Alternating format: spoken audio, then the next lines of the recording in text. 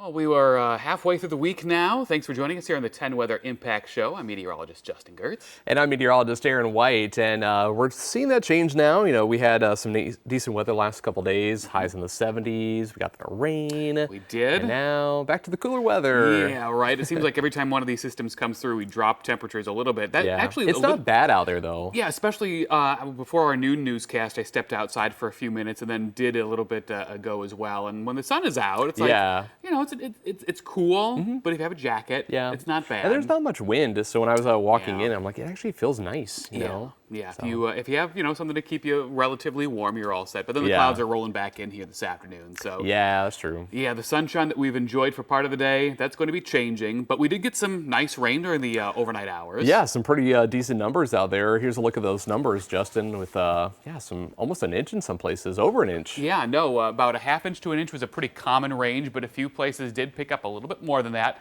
Mansfield about an inch and a third. Let's see here, we'll back out here. Marion, Marysville, technically just a little over 1 inch as well. Columbus officially about 3/4 of an inch. So like we were telling you yesterday, it looked like about a half inch to an inch was going to be pretty common, and that's exactly what ended up happening. Now, behind that system, we had some clouds. That first round left us a little while ago. We've had some sunshine here on the visible satellite picture, but that is now filling back in as the next batch of clouds from the west is rolling back in. So we'll call it turning mostly cloudy for a good share of the afternoon. Could always be worse, though, as we showed you yesterday. Parts of Colorado were dealing with snow. They still have that going on. Denver Metro still remains in a winter storm warning. One of my old colleagues who's out at our sister station KUSA in Denver has a corgi just like I do, and he tends to measure the depth of the snow by corgi legs, and it's 1 corgi leg deep. So not a lot, but it's early May.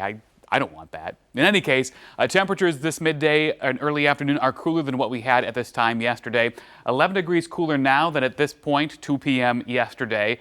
Eastern Ohio even more of a difference. You can tell, though, that northwestern Ohio yesterday was already seeing the cooler temperatures with the thicker clouds and early afternoon showers. All right, so obviously it's cool. That's the case the next couple of days. Our next rain chance starts later on Friday, and then Sunday's weather, it's looking a little on the iffy side, I'm afraid. Still some questions on what the timing is going to look like with any of that rain. I would say at this point, the further into the day we go, the more likely we are to see some of those areas of rain. Here's your hour-by-hour forecast in the near term, though, as we see those clouds taking over the area once again.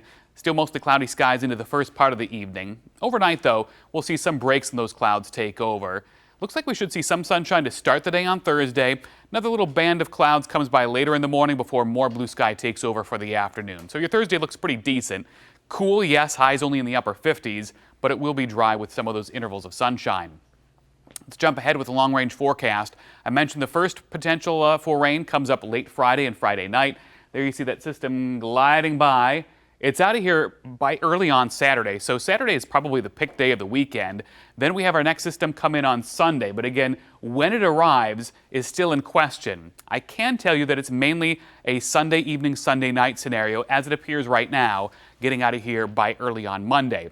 Just how soon that rain starts, though, on Sunday, still unsure about that. And I know we have, of course, Mother's Day is going on, but we also have Ohio State's commencement at noon on Saturday, and that usually runs about 2.5 to 3 hours.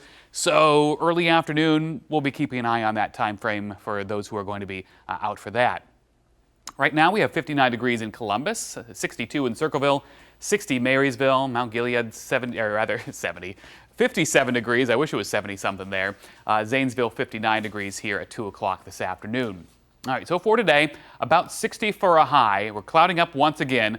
Winds are from the north-northwest at about 5 to 15 miles per hour, so not overly strong as Aaron mentioned earlier. Just a little bit of a breeze, but not a big deal. Sunset this evening, 8:31 p.m.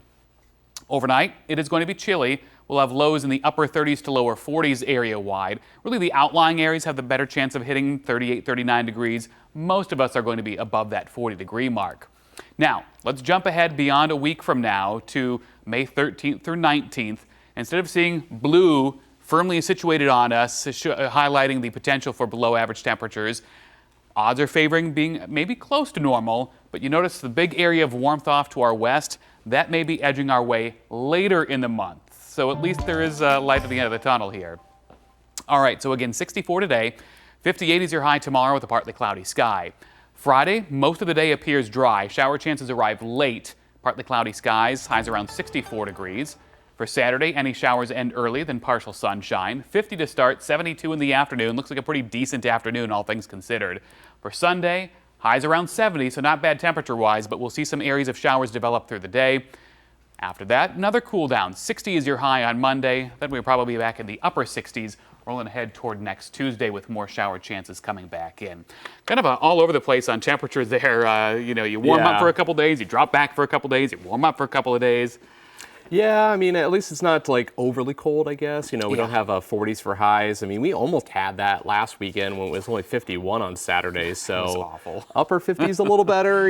It's still cool, but at least we're making some progress. And I mean, we'll get the 70s and 80s back eventually. I think after, I say past the 10-day forecast, maybe towards May 20th, the 25th, kind of the latter half of May. Yeah, I was looking at some of that long-range stuff because we had talked about that a couple of times this week, earlier the week, and was looking at like that 17th time frame to 20th. It looks like we're kind of in a transition. Now, some of the longer-range stuff is kind of hesitating and saying, well, maybe not quite yet. Right. But that's a newer trend, Yeah. so I'm a little skeptical on that since there had been so much consistency on that before. Yeah, I mean, I will say there's a lot of heat and warmth out west. As we talk about our cooler forecast right now out west, the ocean off California actually keeps breaking some heat records, 38 days so far this year. Wow, and experts say it could produce a stormy summer that threatens lives and devastates wildlife. CBS's Max Darrow joins us in San Francisco with details.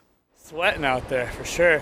Summertime is still a month away, yet surfer Lucas Harris is ready to trade in his wetsuit for trunks. That's unusual, even for sunny San Diego, and that has scientists troubled. This has been going on since December. We've had temperatures that are 4 to 8 degrees higher than the normal temperatures for this time of year. Melissa Carter at the Scripps Institution of Oceanography manages a program that logs daily ocean temperatures along the California coast. Their data goes back more than 100 years. A persistent high-pressure system has kept deep, cool waters from surfacing, leading to record-breaking ocean temperatures. How long is this going to last? And that's the big question. The marine heat wave is already making impacts. Dead birds washing ashore, starved by the cascading decline of sea life from microorganisms to the fish they eat. Scientists fear other sea life, like kelp and whales, could be at risk, and algae blooms could produce toxins and deplete oxygen in the ocean. It can completely wipe out entire ecosystems, and that is the concern. Dan Rutnick takes ocean temperatures further offshore using autonomous robots called gliders. There are now forecasts that suggest that there will be an El Nino, but right now here it's already warm, which is unusual. An El Nino year is when warm water from the equator pushes north. That could prolong the heat wave even further.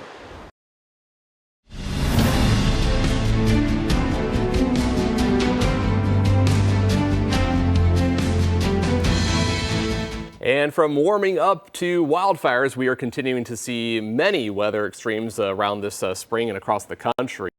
And one of this video actually from Tuesday is showing the Hazen fire near Buckeye, Arizona. The fire is estimated at 992 acres and is still only 10% contained. Yeah, Tuesday morning, APS flew the fire area to assess potential damage. The crews will also check utility infrastructure from the ground and develop a plan for restoration work in the coming days.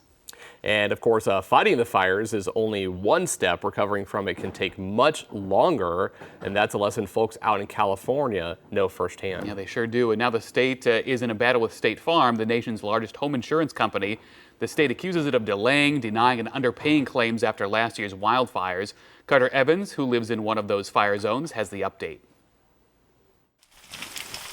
More than a year after tens of thousands of homes burned to the ground, another nightmare. The California Department of Insurance says State Farm delayed, underpaid, and buried policyholders in red tape at the worst moment of their lives. About 30% of all of the insurance claims were with State Farm, including Chena Fox. I've been a State Farm customer for decades. Have you ever made a claim before? I haven't ever had to file a claim and never once thought that I would be in the situation I am in now. She says State Farm initially offered about a third of her policy limit to rebuild everything. The number one thing that I've learned is that you can't trust insurance companies to pay you out on a total loss It's an issue that impacts disaster victims from hurricanes to floods. Now in California, regulators are seeking millions in penalties and threatening to suspend State Farm's ability to write new policies. No one knows this until they go through it. State Farm maintains it's already paid nearly $6 billion in claims from the wildfires, and it calls California's action a reckless, politically motivated attack that could ultimately cripple California's insurance market. If they can't write policies, are they going to insure us? We're thinking that this may be even a worse situation for us. Fox finally got the full payout on her policy this week. Meanwhile, she's been paying for a rental along with her mortgage and property tax for this empty lot. Carter Evans, CBS News, Los Angeles.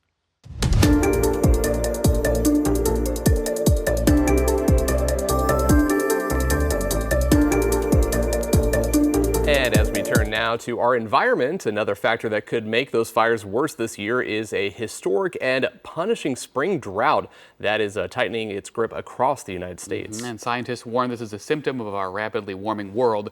Ben Tracy with Climate Central takes us aboard a high-tech mission to measure how much water some states can count on this summer. Gear up, power set for the climb. High above California's Sierra Nevada, such a gorgeous day. Oh my goodness. mountain peaks are covered in snow. Seriously, the best part of this job is mountains. But the sensors on this high-tech aircraft prove looks can be deceiving. LiDAR scans are going. The plane uses LiDAR, rapid pulses of laser light, to pierce the surface and calculate precisely how much is left of the vanishing snowpack. The reflectance from the snow is super bright. It scans the highest parts of the mountains that are hard to measure. This is a distinct dry year. Tom Painter is CEO of Airborne Snow Observatories. The LiDAR sprays out about 800,000 pulses per second. He developed this technology at NASA, which generates 3D maps of snow depth accurate to within just 3 centimeters. It's a survival guide for a region where mountains are frozen reservoirs. Water managers use this data to plan for how much water will reach faucets in farm fields during the long, dry summer. What are you seeing up there right now? In March, the spigot shut off, and it shut off across the entire western U.S. A record warm winter and blistering March heat wave, fueled by heat-trapping pollution, decimated the western snowpack. The statewide snowpack stands at 18% of average. Loss of snowpack like we've never seen. It's not in the record at all. So this is unprecedented. Climate Central found the total water stored in the snowpack this winter was its lowest level on record, right as it should hit its annual peak. This is snow melt you'd actually kind of like to see in June. Yeah, we wish we could tell it to stay put a little bit longer. Tom Albright, Nevada's deputy state climatologist, is worried about what comes next. What happens when we don't have the snowpack is we lose what water there was early, and then we're left with this really long dry season. Major reservoirs on the Colorado River, which provides water for 40 million people, are already critically low, and states are bracing for water cuts. As we look towards this summer, what are you most concerned about? Fire, particularly because we have such a broad area that's affected. That area includes most of the country. In Georgia and Florida, fires are already tearing through bone-dry vegetation. More than 60% of the lower 48 is now gripped by drought, the most widespread spring dry spell since the U.S. Drought Monitor began in 2000. Is this year anomalous, or is this kind of part of the new normal? Yes, in the sense that yes, it's anomalous if we look back at the record. As we look forward, this year will become less and less unusual and may become not unusual at all at some point in the future. For Climate Central, I'm Ben Tracy. And while one side of the nation deals with the drought, another is facing dangerously rising waters. Researchers say Louisiana's vanishing coastline has crossed a point of no return. Yeah, now a new study says entire communities, including New Orleans, need to start planning to move away from the coast. Paul Murphy tells us local business leaders aren't buying the doomsday scenario. A team of coastal scientists led by Tulane geologist Torbjorn Tornquist warns that rising sea levels could leave New Orleans underwater by the end of the next century. They are calling for Louisiana to begin planning the managed relocation of entire coastal communities, including New Orleans. We have to get serious about planning for our future right now. And we have to face the reality, and that is this city has an end date. The study, published Monday in the journal Nature Sustainability, identifies an ancient shoreline now called the Ponchatoula Ridge, which runs north of the city from Mandeville to Ponchatoula. Tornquist says that's where the Gulf's shoreline stood about 125,000 years ago. The conditions that back then led to ice sheets melting and raising global sea level by, about 20 feet, they have already happened. So that means we are very likely locked in for that to play out in our future. Local business leaders, including G&O Inc. CEO Michael Hecht, aren't buying the premise of the managed relocation study. Hecht called the paper an irresponsible academic eulogy. 65% of the natural gas that's supporting Europe right now comes from South Louisiana. 90% of the grain is exported from our country, from New Orleans. Are we just going to shut that down? Are we just going to abandon it? We're not.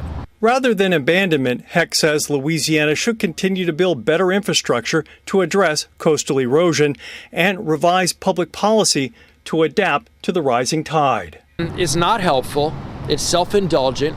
It might get you published in a journal, and I guess that's good if you're a tenured academic, but it's not helping the people of New Orleans. Tornquist says the window to act is open, but it won't be forever. I think New Orleans is still going to exist by the end of this century. I don't think it's going to exist by the end of the following century. Paul Murphy, WWL, Louisiana. All right, finally today, some new video into us here at 10 TV. Hawaii's Kilauea volcano erupted Tuesday morning around 8:17 Hawaii time, or 2:17 Eastern time, starting episode 46 of Lava Fountaining. We were watching this yesterday, actually. Yeah, I think it's always cool to see the Kilauea erupting, and of course this has been going on. It's fairly regular that these eruptions actually do occur. The Hawaiian Volcano Observatory put out a volcano alert at the level watch with the color code orange. Kilauea on the big island of Hawaii actually has been dazzling residents for more than a year with on and off eruptions that send these lava fountains soaring into the sky, and you can see it right there. I mean, just like how much lava. And this was going on for several hours yesterday. I just think it's wild that we live in a time where there are these cameras sending live video and audio across the internet. It's just like wild that we can watch it as it's happening from so far away. Yeah, and I will say, talking about these cameras and stuff, so they're always recording this so they can actually capture these eruptions. There was one that happened last year that actually destroyed one of the cameras. It was just so intense, so high that with that lava. Oh my goodness. Pretty remarkable. Yeah, and finally today, check out this cute video as a duck and her 12 babies were spotted strolling inside an elementary school in Belmore, New York recently. I just wanted to learn something, right? Right. The school said there's a duck who lays eggs in the school's courtyard every year, which is only accessible through the school. And staff members escorted the mom and the ducklings through the art room, the gym, and out the back door to the water. There they go. Yeah. Oh, that's fun. No, I haven't seen any baby ducks yet, but I've seen some goslings around over the past week or so. Well, so that's been quite a few out there right now. Yeah, no, they're out there for sure. And 'tis the season, right? Right, little Springtime. fuzzballs. Yeah. Just fun to see them hanging out. But yeah, I'm waiting for those first ducklings in our neighborhood. So we'll see what we see. Yeah, and I mean, I feel like we're kind of getting to that point that we're getting to the height of the spring migration with all the birds. The geese, ducks, the hummingbirds have made their way back. We've talked about this before on the show with the monarch butterflies. There's been more appearances of them here in the last couple of weeks, and I feel like once we kind of get past this cooler weather, we're going to start to see a lot more, the birds and everything else migrating. I hope so. Yeah, I'd seen a post online the other day of the nighttime migration was some ridiculous number of millions of birds, and it had been the greatest estimate for the year so far at that point. Yeah, and especially on those days when we have those strong southerly winds help the birds really actually migrate even further to the north, and we'll see that here as we go through the next few days. We got those warmer temperatures as we head towards the weekend, and coming up later on this afternoon, Chief Meteorologist Chris Tomer will be in with the latest forecast talking about the warmer weather that we have in the forecast for the weekend. So until then, you can catch more news and weather online at 10tv.com.